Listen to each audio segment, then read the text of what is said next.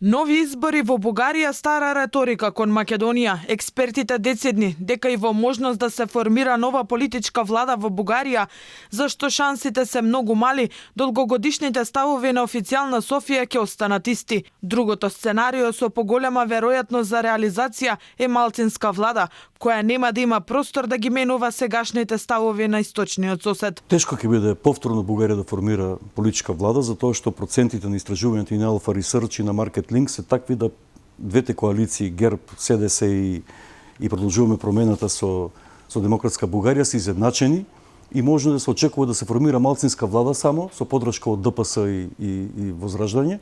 И тука веќе малцинска влада нема да има можности да промени било што од ова што е денеска.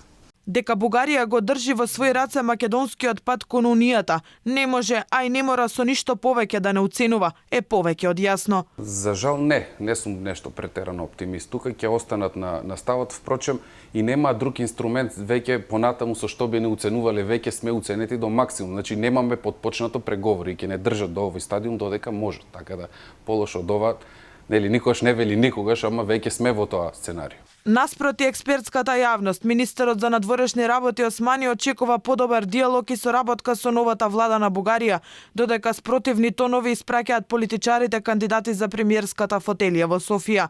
И на веќе добро познат начин, бугарските политичари за време на цела изборна кампања потсетуваа дека Софија си ја завршила својата задача кон Македонија. Таква порака испрати поранешниот и сегашен кандидат за премиер Бојко Борисов, кој потенцира дека сега било грижа на Европската унија да ја натера земјата како што вели да се однесува европски.